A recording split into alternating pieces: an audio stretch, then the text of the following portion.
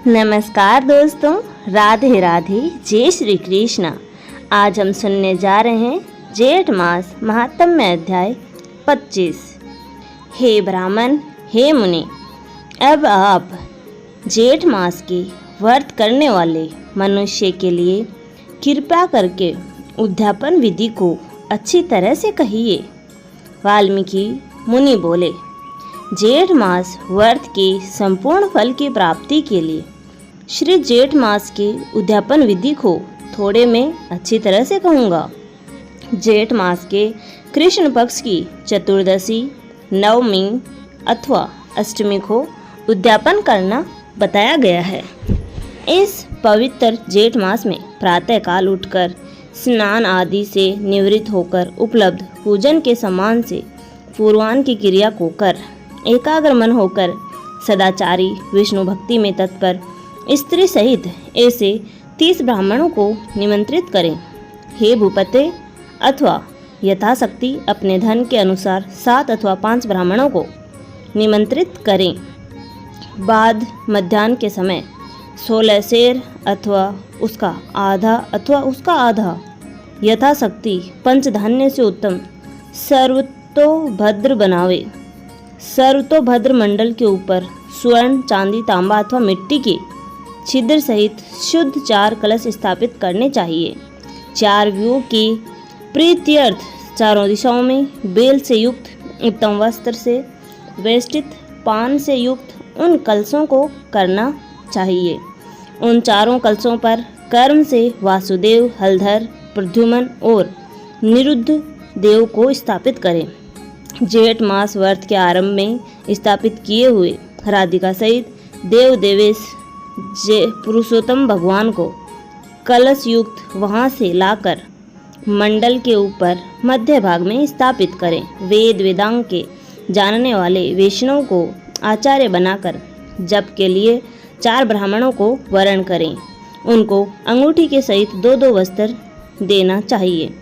प्रसन्न मन से वस्त्र, आभूषण आदि से आचार्य को विभूषित करके फिर शरीर शुद्धि के लिए प्रायश्चित गोदान करें। तदंतर स्त्री के साथ पर्वोक्त विधि से पूजा करनी चाहिए और वरण किए हुए 4 ब्राह्मणों से 4 व्यूह का जप कराना चाहिए और 4 दिशाओं में 4 दीपक ऊपर के भाग में स्थापित करना चाहिए। फिर नारियल आदि फलों से कर्म के अनुसार अर्घ्यदान करना चाहिए। घुटनों के बल से पृथ्वी में स्थित होकर पंचरत्न और यथालब्ध अच्छे फलों को दोनों हाथ में लेकर श्रद्धा भक्ति से युक्त स्त्री के साथ हर्ष से युक्त हो प्रसन्न मन से श्री हरि भगवान का स्मरण करता हुआ अर्घ्यदान करें। अर्घ्यदान का मंत्र है, हे देव देव, हे पुरुषोत्तम, आपको नमस्कार है। हे हरे, राधिका के साथ आप मुझसे दिए गए अर्घ्य को ग्रहण करें। नवीन मेद के समान श्याम वर्ण 2 भुजाधारी मुरली हाथ में धारण किए पीताम्बरधारी देव राधिका के सहित पुरुषोत्तम भगवान को नमस्कार। इस प्रकार भक्ति के समान राधिका के सहित पुरुषोत्तम भगवान को नमस्कार करके चतुर्थ्यंत नाम मंत्रों से तिल की आहुति देवें। इसके बाद उनके मंत्रों से तर्पण और मार्जन करें। बाद में राधिका के सहित पुरुषोत्तम देव की आरती करें। अब निराजन का मंत्र कमल के दल के समान कांति वाले राधिका के रमण कोटि कामदेव के सौंदर्य को धारण करने वाले देवेश का प्रेम से निराजन करता हूँ।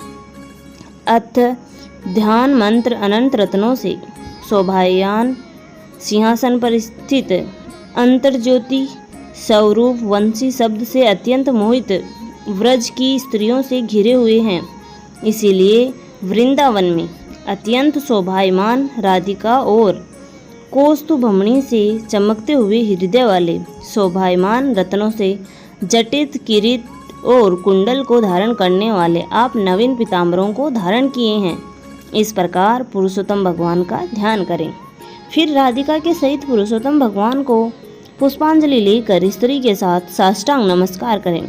नवीन मेघ के समान श्याम वर्ण पीत वस्त्रधारी अच्युत श्रीवत्स चिन्ह से शोभित और स्थल वाले राधिका सहित हरि भगवान को नमस्कार है। ब्राह्मण को स्वर्ण के साथ पूर्ण पात्र देवे। बाद प्रसन्नता के साथ आचार्य को बहुत सी दक्षिणा देवे। सपत्नीक आचार्य को भक्ति से वस्त्र आभूषण देवे, प्रसन्न करें। फिर ऋत्विजों को उत्तम दक्षिणा देवे।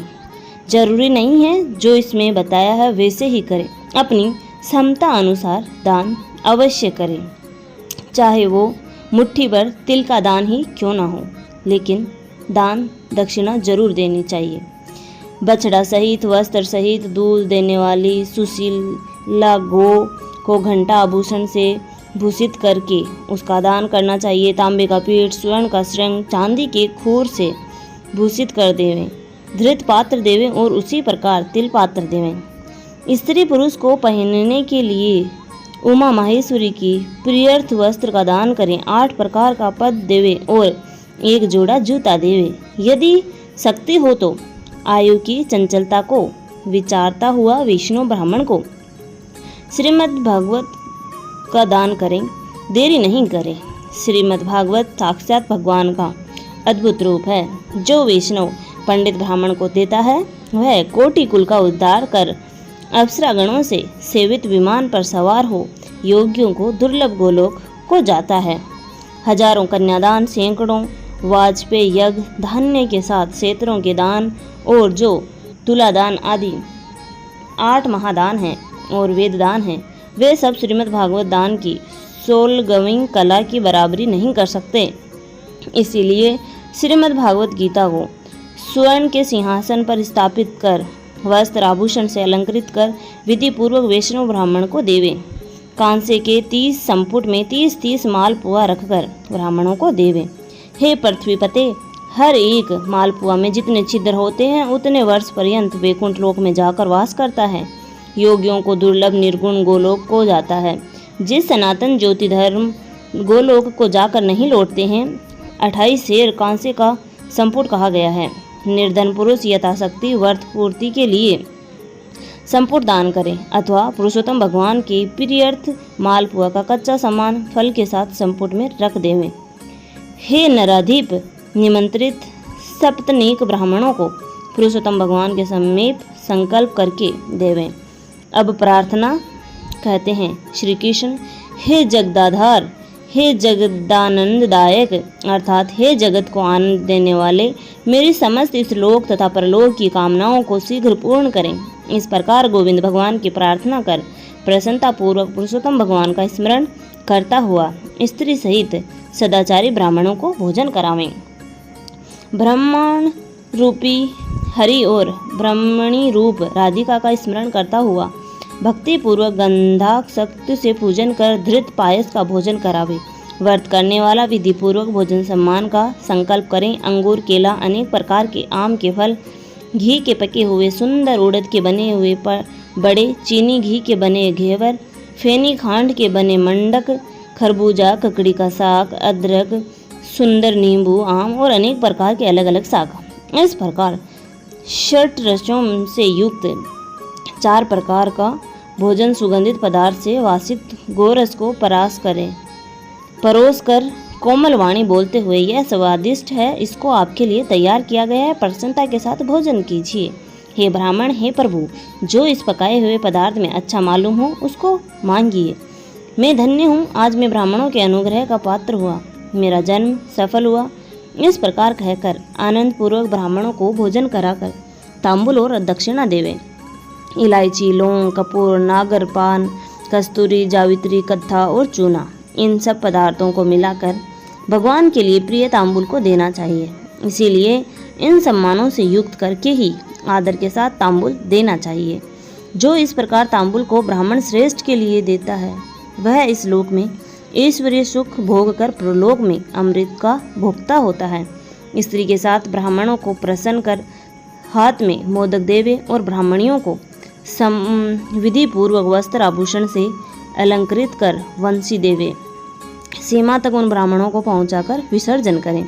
मंत्रहीनम क्रियाहीनम भक्तिहीनम जनार्दन व्यत्य पूजयन्तिम मया देव परिपूर्ण तदस्तु में।